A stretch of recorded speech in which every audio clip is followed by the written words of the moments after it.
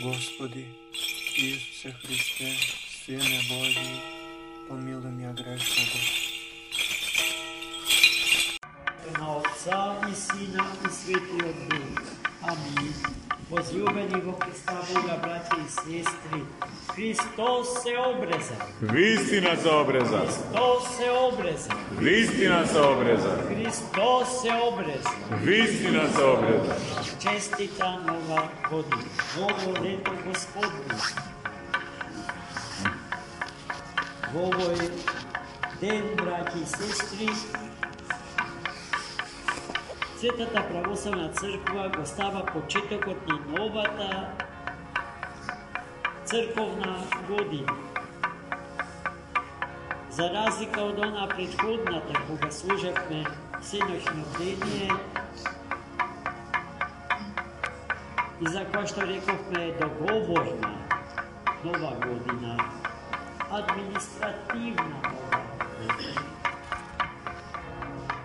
Ова нова година е преполна со содржини. Имаме со што да ја почнеме.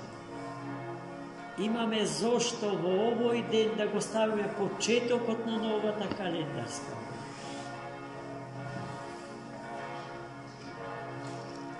Од Светото писмо што го читавме денеска, чувме дека Христос после 8-миот ден од како се роди во Витлеем, бил донесен од своите родители во храмот за да се изврши чинот на обрезување.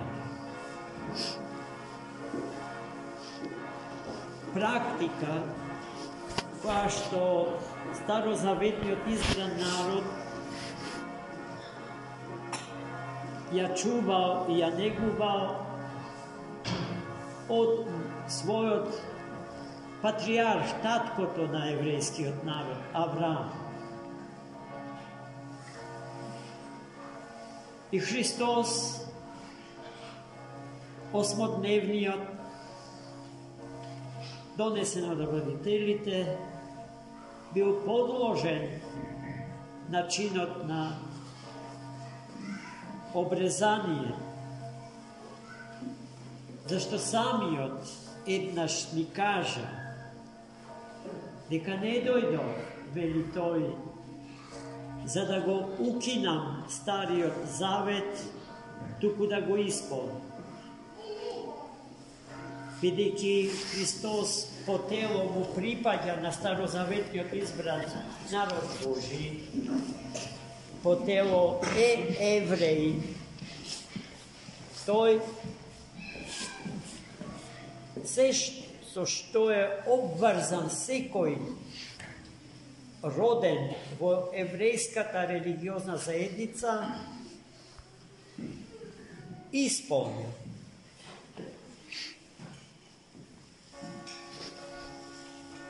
Браќа и сестри, зашто Христос не одбегна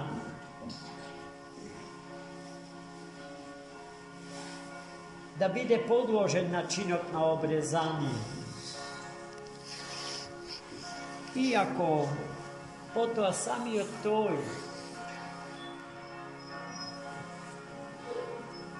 ќе направи се да се издигнеме над тој чин.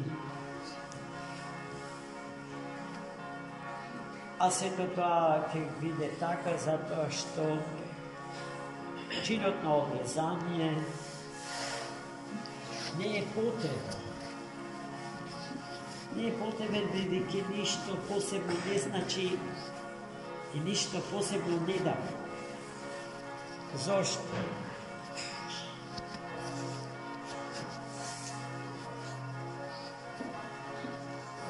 Најпрво да кажеме зошто Христос пристана на обрезание. За да ни докаже и за да ни покаже дека неговото тело е реално, дека ја примил реалната природа на човекот.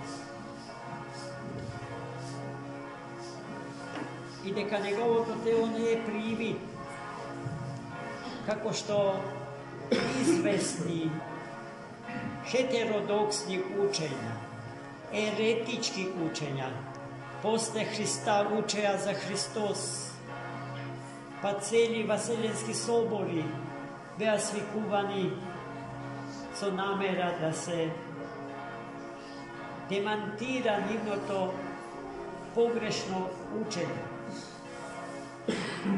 Христос не ги дава сите аргументи за тоа што се раѓа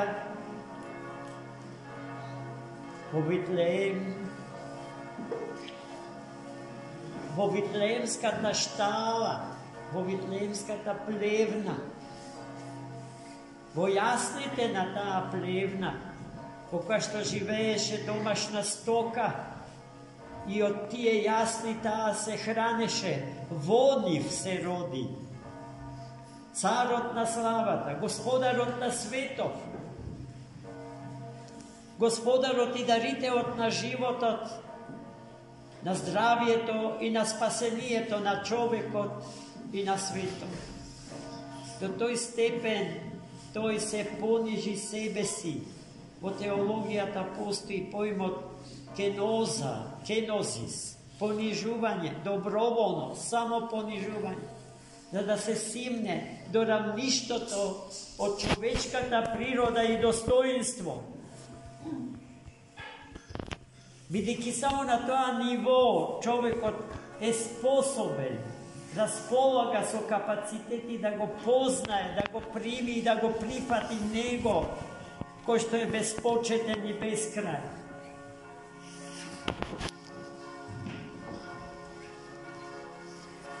А потоа Христос прими крштение во Јордан, за да покаже и за да докаже дека со отсекување на дел од човечкото тело, чистотата на човечката природа не се постигнува. За да се постигне чистотата и здравието, безсмртноста и обожувањето на природата, на човекот и неговата личност, потребно е да се изврши духовно обрезание на срцето.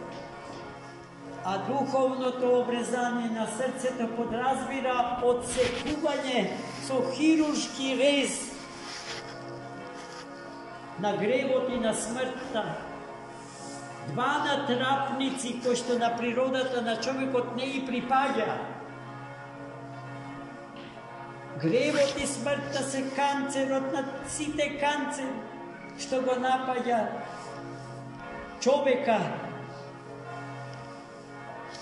неговата природа и неговата личност.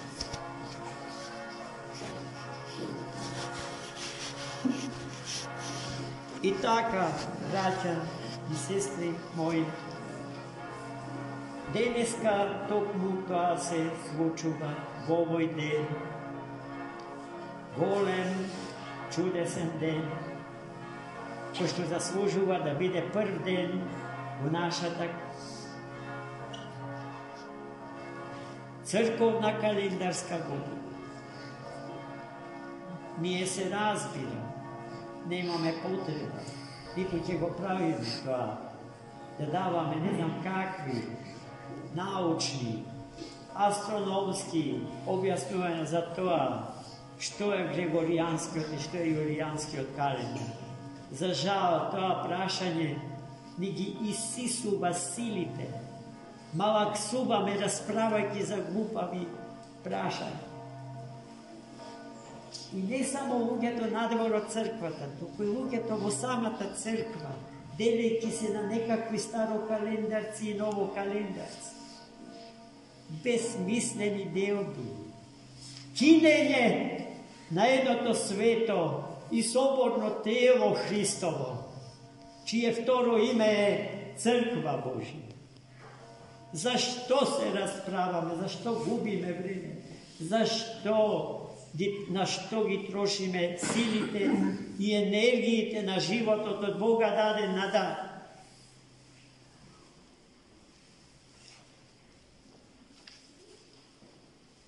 Најмили мои, денеска го празнуваме и големиот светија на црквата Господња Василий, велики архиепископ на градот Кесарија, кој што до денеска постои во Турција, во Мала Азија. Се вика Цезарија. Во областа Кападокија. Денеска сите вие за сето тоа сте чуле, ама за жал не во црква и не од житијата на светите, туку од туристичките агенции кои што сака да го привлечат вашето внимание, нудејќи ви спектакуларни гледки во Кападокија. Света Кападокија, која што живее денес славениот свети Василий Велики, чија света литургија ја сложевме денеска. Светата литургија на Свети Василий Велики е посебна обработка на литургијата, напишана од Светиот апостол Јаков, брат Господен, првиот владика Ерусалимски,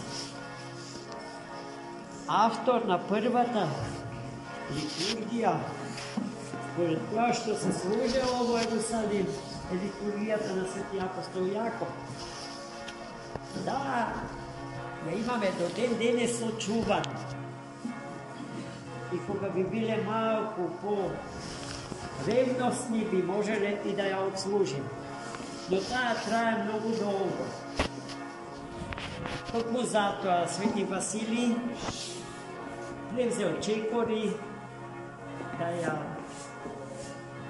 да го скрати времето, траењето на литургијата, померата од вистинските можности на верните чеда на Светата Црква Господня. Тоа што е со сигурност на Свети Василий во литургијата што го носи неговото име се текстовите што ги читавме во превод на македонски јазик. Прекрасни текстови. Јас ги нарекувам скратен курс по теологија, скратен курс по висока теологија. Истото тоа го направил и Свети Јован Златоуст. Значи, коренот на литургискиот живот на црквата се литургиските текстови напишани од раката на Свети Јаков, брат Господен, првиот епископ Ерусалимски. Свети Василий Велики е една чудесна личност. За него има толку многу да се каже. Ali dovoljno je da kažeme дека во младите години студирал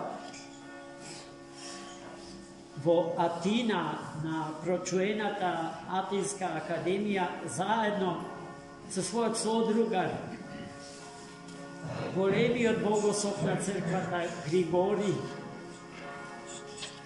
подоцнежен епископ на малечкото градче на Зијанс во Мала Азија.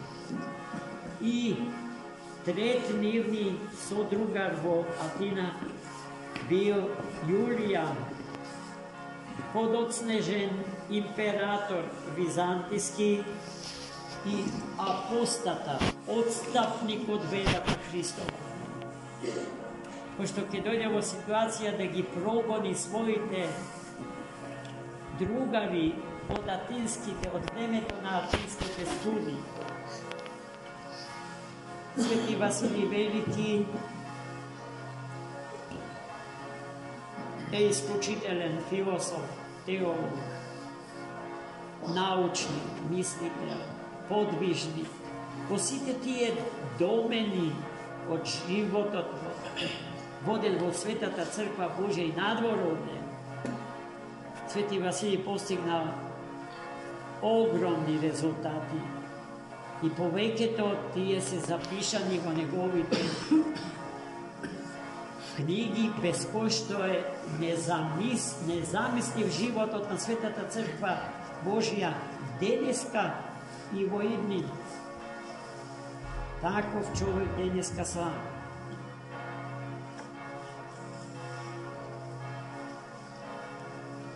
Денеска постои еден обичај во негова чест да се замесува пита што го носи неговото име, Васил Опит. Знам дека сите знаете како таа настанала, ама ако ми дозволите, јас уште еднаш би го објаснал настанокот на таа пита во црковниот живот. Свети Василий Велики бил млад епископ кесариски. Не поминала година дена од како бил хиротонисан за владика кесариски. Тој потоа уште 10 години ќе живее и ќе работи како владика во тој град. Архонтот на Кападокија бил алчен и жесток човек. Доаѓал во Кесарија, наметнувал даноци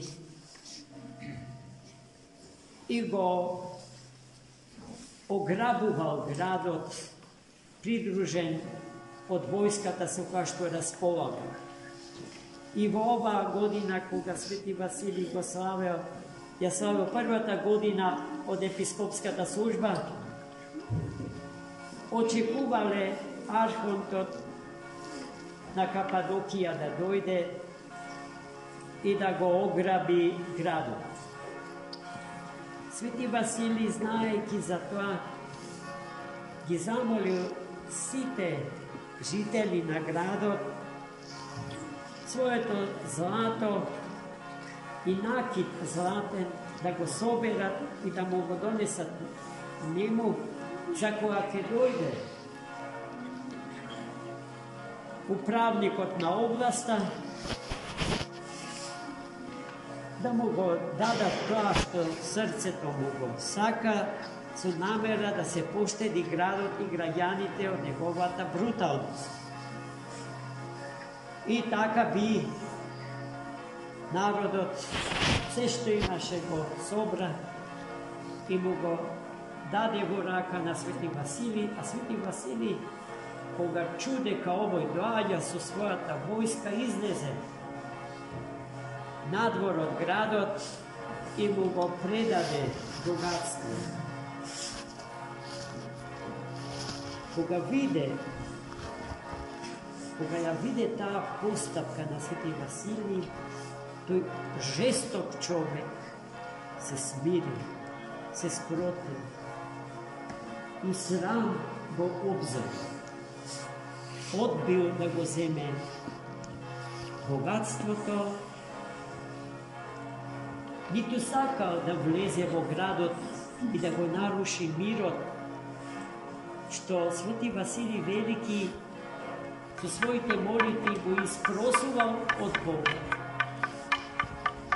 И што е поважно од се, никогаш повеќе не се вратил во тој град. Никога. Арно, ама, потоа Свети Василий се соочил со еден друг проблем. Како да им го врати богатството на граѓаните на Кесарија, бидејќи било измешано и никој не можел веќе да знае што кому припада. Научен од Духот Свет, Свети Василий побарал од готвачите на епаршиските готвачи да замесат лепчина за секој жител за секој граѓанин на Кесар. И пред да се стават на печење, во секое лепче да стават накит и злато, златници, пари. И тоа самиот Свети Василий учествувал во тоа распределување. Дента кога требало да ги примат граѓаните лепчињата со подароците, ги зеле, се разбира, секој зел по едно лепче и во лепчето го открил тоа што го дал. Господ на еден чудесен начин секој му го вратил негово. Во чест на овој настан, Светата црква Божја благословува, во чест и во спомен на овој настан, да замислуваме Василопити, прекрасни пити. Јас мислам дека имаме денеска. Дали некој донесе Василопита? Тоа во Трпезарија ќе ја. А и такви чудеса се случуваат многу често. Јас лично сум присуствувал на такво едно чудо во манастирот Света Екатерина на Синај. Најголемиот постиножител на манастирот, отец Павле Синајски, кој што живееше со лавовите во пустиња, не прими на вторден Великден во катедралниот храм, посветен на светата великомаченица Катерина. И после беседата ја целивавме при проскинитаријата, целивната икона во храмот на Светото Христово воскресение, а тој од една кеса преполна со филигрански обработени прстени. Тоа е прстенот што Света Екатерина од Христос Бог го прими на својата рака. Оригиналот се чува заедно со моштите во олтарот на Светата црква. Ни даваше на сите, само ќе ја ставеше раката во кеса, без да гледа во кесата, ниту во нас, кои сме, какви сме и што сме, и ќе ни дадеше прстен. Не се случи макар еден да каже дека прстенот му е премал или преглав.